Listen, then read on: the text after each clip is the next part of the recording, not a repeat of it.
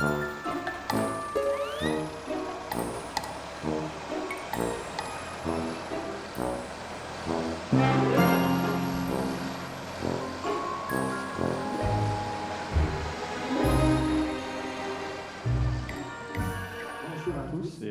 bienvenue.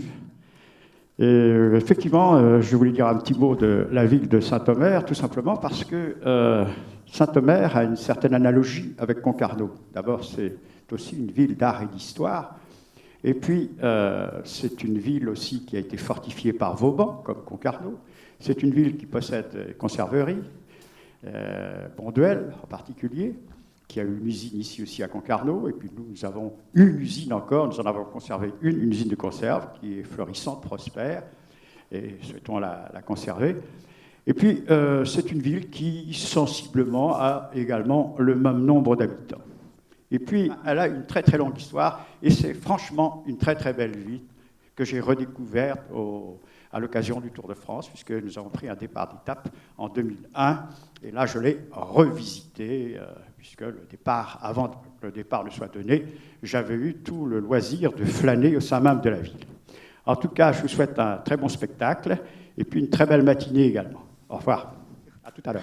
Eh bien, merci en tout cas, ça nous fait extrêmement plaisir de venir jusqu'à Concarneau pour vous parler du Pas-de-Calais. Jean-Paul Olivier l'a si bien présenté, c'est vrai que c'est une magnifique région. Et quand on a décidé de faire un film, eh bien on s'est dit comment on peut parler d'une région où on a ce marais que peu connaissent, ce marais qui est encore cultivé de 3700 hectares.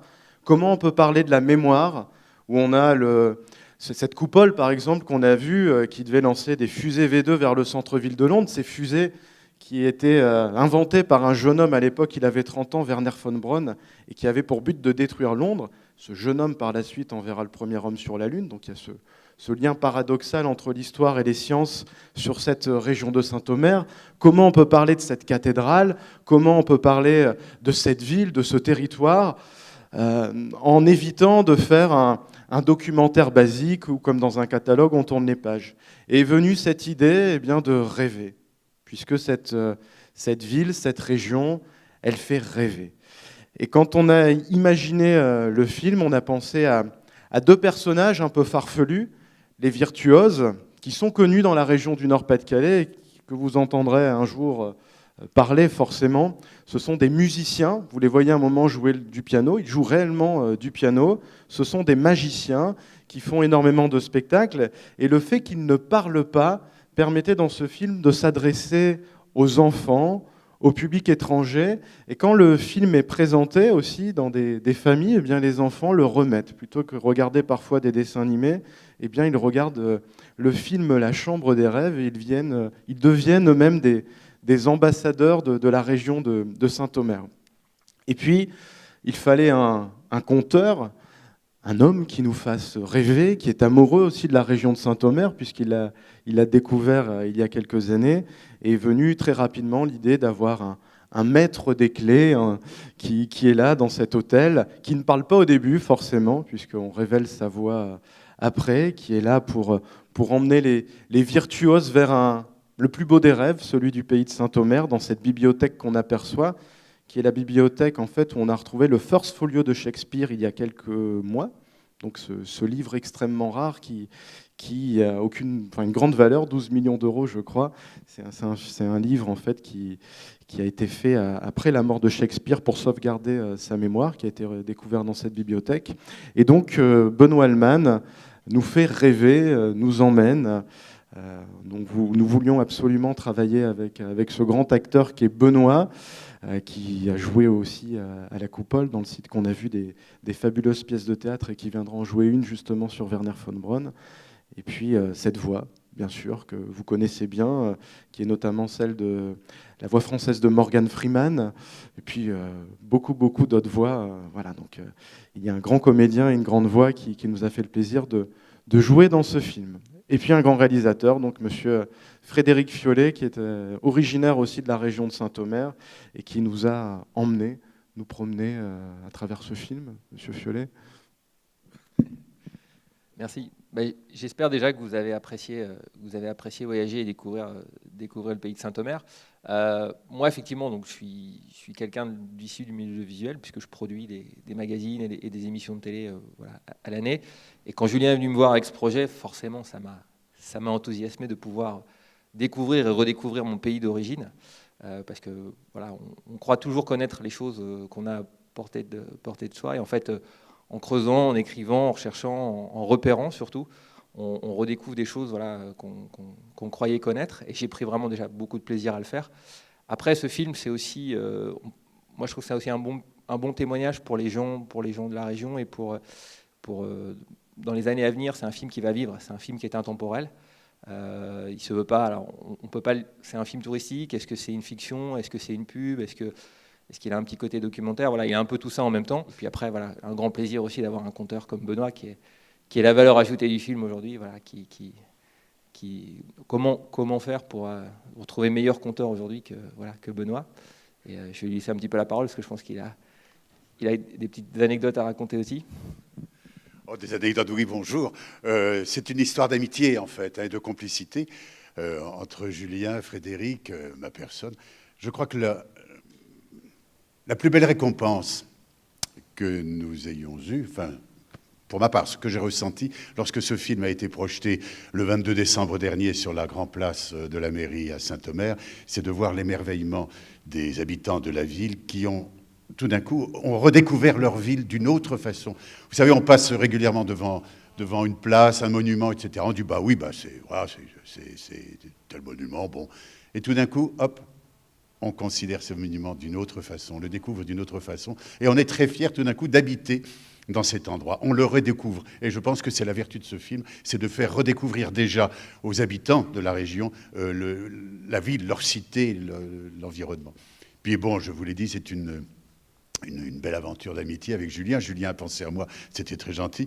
J'avais déjà travaillé avec la Coupole dans des commentaires de films, joué l'année dernière une pièce sur Churchill. Moi, ça m'a permis, je ne connaissais donc de Saint-Omer que le château de Tilk, où nous dormions, et puis la Coupole. Et tout d'un coup, là, maintenant, j'ai découvert la région grâce à ce film, et je veux dire que je suis assez émerveillé. C'est vrai, il y a 1000 choses à voir. Je sais que nous allons y revenir pour jouer un autre spectacle, et là, je deviendrai un peu plus touriste que comédien. Voilà. En tout cas, je vous remercie. Tous les deux, là, ces deux grands gaillards. Voilà, merci à vous. Merci. Alors madame, vous venez de voir le film La Région de Saint-Omer, dites-nous vos impressions.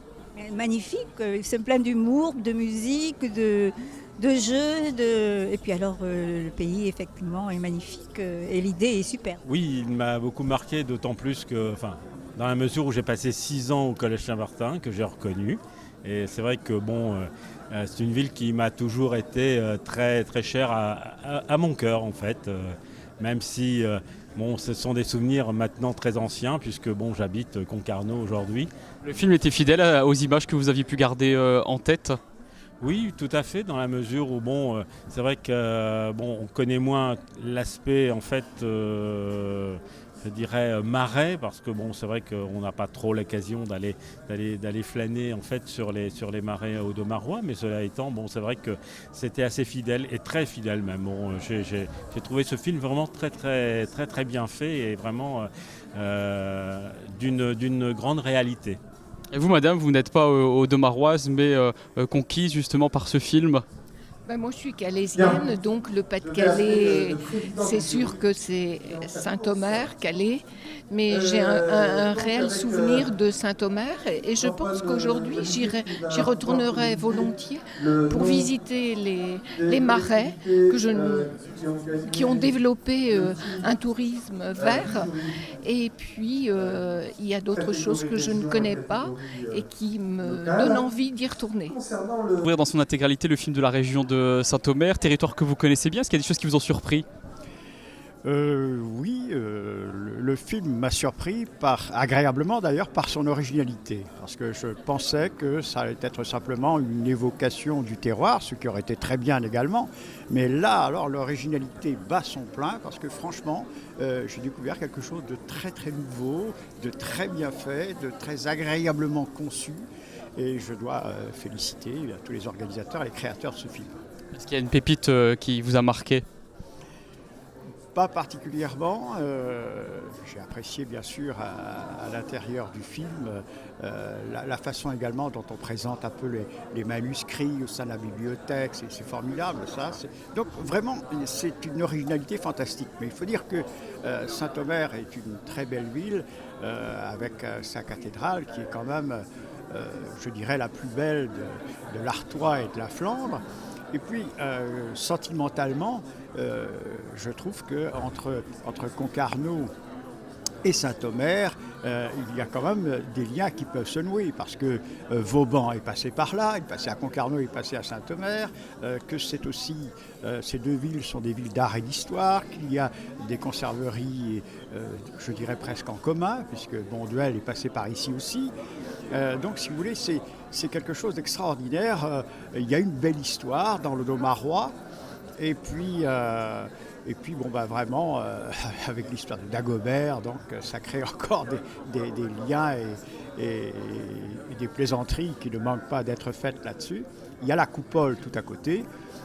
Cette coupole qui est vraiment un lieu absolument historique et fantastique, et on a une frayeur rétrospective quand on regarde la coupole, parce qu'on se dit, si les VE2 étaient partis sur Londres, Churchill a bien fait et a très vite bien fait de les détruire. Alors pour terminer sur une note positive, s'il fallait résumer la région de Saint-Omer en un mot, comment la définiriez-vous? Je dirais que toute cette région de Domarois, mais vous savez, je ne vais pas être non plus trop chauvin, mais cette ville de Saint-Omer et le Domarois, ce sont quand même des sites bien mis en valeur. On sent les gens conscients un petit peu de ce patrimoine qu'ils ont, qu'ils possèdent et qu'ils veulent encore développer. Bravo.